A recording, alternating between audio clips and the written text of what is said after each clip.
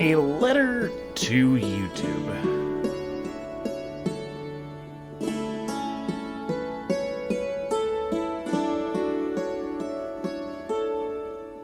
Many apologies, as this video has been long in the works, and many things have changed since I even started writing and producing this.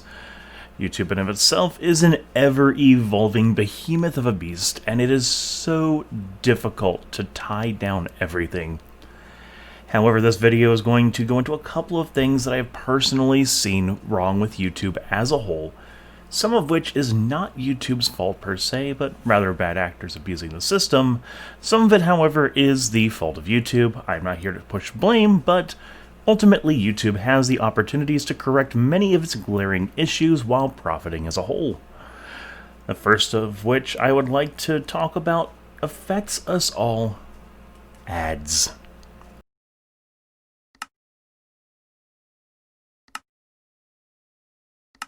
Get ready to play Raid Knight's Oracles. As a site, YouTube cannot simply support the 300 hours of video uploaded every minute to the platform, as many as 1 billion mobile views per day, without some sort of revenue to make all this worthwhile.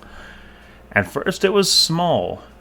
Default ad in the beginning, some clicker ads along the video, then some users became smart about their browsing. Malicious ads started popping up, causing increased load times. Flash ads were even a thing for a while, and the inherent security risks that came with them. So glad we seem to be putting those behind us, with Flash no longer being supported in most browsers coming up here soon, but more ad blockers were installed. YouTube had to make up the difference with more ads by changing the defaults. Now there's mid-roll video ads for anything over 10 minutes. And then we started getting ads even on YouTube that were running CoinHive crypto miners in the background right around April of 2018. If you had a decent computer, the difference would be negligible. However, if you had a slower PC, installing an ad blockers on one system would at that point become mandatory, as videos would stutter and the audio would desync. One's entire system could slow down to a crawl just by having certain pages loaded. And if users had a decent antivirus installed, some of these ads were being detected and forced not to load. But not everyone has a PC to include such overhead to allow for extra programs. Heck, my landlord's PC right now is about 16 years old, and she refuses to upgrade until the thing breaks. Looks like AMD did something good with their FX series. So now you have more users who are wary of ads scraping their PC with additional taxing code, and you guessed it, more adblock users for security's sake. YouTube's response? Well, increased ads. Though they would be more scrupulous with their banner ads. Users would start seeing multiple video ads before videos, and they would get annoyed. Embedded YouTube videos would not even let you skip any video ads, some of which were hours long. So more ad blockers would get installed. AdBlock Plus currently sees 60,000 downloads per day with over 3 million active daily users. I don't have numbers for YouTube Vanced, which is an app for Android, but I am personally seeing advertised in comments all over the place, mostly on Reddit. uBlock Origin for web browsers has seen over 10 million users on just Chrome. All of this in the name of security and privacy. This points to a problem. Those that aren't savvy are more prone to getting scammed. Fake game ads, fake sites being advertised, literal porn ads being served up on a silver platter, and no direct way to report these ads.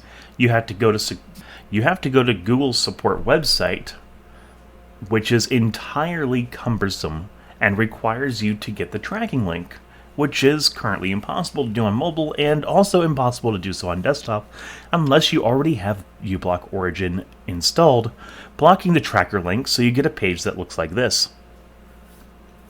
You can submit the landing page, but that doesn't do much unless you're reporting it directly to the Team YouTube account on Twitter. Go ahead, try. All you can get is the video URL right now by right-clicking, and that's for video ads only. You can't get the in-video banner ad links anymore. YouTube's own search engine even provides outdated instructions to obtain this link that you're supposed to use for reporting the offending inappropriate ads. To be fair, this kind of goes beyond my point, and the point is more that we are getting much more ads than we really should be being served right now, but it does make sense that YouTube wants to make money. The second, however, is copyright.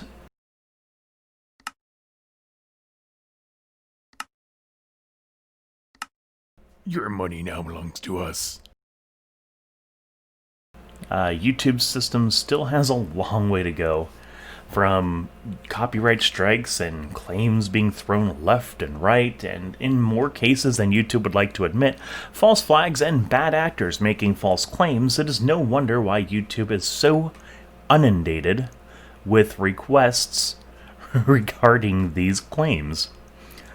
Not to mention, the tool that specified the exact terms in which copyrighted materials that were submitted into the system could be used, and if shared revenue was an option for these titles, was taken down.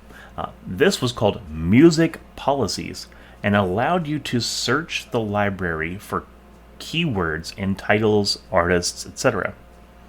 However, it was fairly well hidden and had to take several clicks to get to.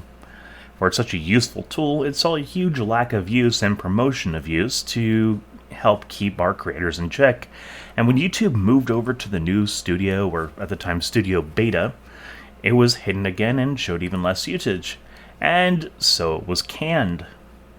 Why was it so hidden in the first place? Well, probably so that creators cannot abuse the system, as YouTube is so afraid of happening. However, this doesn't stop bad actors on the side of copyright claimants.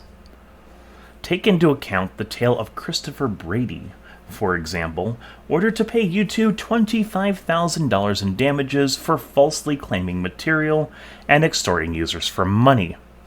YouTube would go on to donate that money to a charity, but that's another tale there. This is not the only one. But for the sake of brevity and my own sanity, I'm not going to be delving into more cases or anything like that. But the point of all this, what do these two things have to do with each other? Well, it comes down to money. More importantly, YouTube's ability to make money on behalf of copyright owners and creators alike. And I see an opportunity for change. I see an opportunity for YouTube as a whole to get the majority of copyright issues resolved, help make money for creators, for YouTube, and for copyright holders. And here's how. Creator licensing purchasing. This would allow users to purchase specific licensing for media, whether this be score sheets, actual music tracks, or lyrics. Want to make a cover for a song? Well, now you can. Want to purchase rights to use a song for more than once on your channel? Go for it. In addition, these licenses will apply to a video that you upload. If it's a one-time use, when uploading your video, you'll have the chance to add that license as well as timestamps. This will go into Content ID, and thus false copyright strikes or claims will hold no water. If a claimant tries to make a claim against the upload manually, they will be presented with an error that the rights have already been purchased and submitted. If the media is for the entire channel, there will be no need to even add the timestamps. You already have unlimited use. Creators get to use the media through purchase, which YouTube and the media rights holder get to split that. And then the creator, if monetized, gets the option to monetize without fear of getting hit with a copyright strike or claim that they've already purchased the rights to. If you already have the rights purchased elsewhere, these media rights holders or resellers could have a file that is specific to your channel that you can upload into your rights management page. And what does this mean? It means automation, transparency, and it means that rights holders, creators, and YouTube can all work together to achieve a better tomorrow for YouTube. Too often I see people complaining how bad it is for creators and for the viewer to sit through as many as 12 ads for a 15-minute video. though my personal experience is about 12 on desktop and an average of about 5 on mobile. Not all of the ads actually go through when you're viewing on a mobile. But it seems that YouTube is pushing the mobile experience, and with good reason, uses less data, and they're able to get more data out of mobile users for ad tracking and reselling. But anywho, in summary, YouTube is missing out on an opportunity to not only make money, but also help creators and rights holders, both in the effort of doing so. I'd like to hear your comments in the comments section below, and so if you have any thoughts, please, I'd like to hear them. And until then, all you kings, queens, and jokers out there, this has been Ace. Peace out.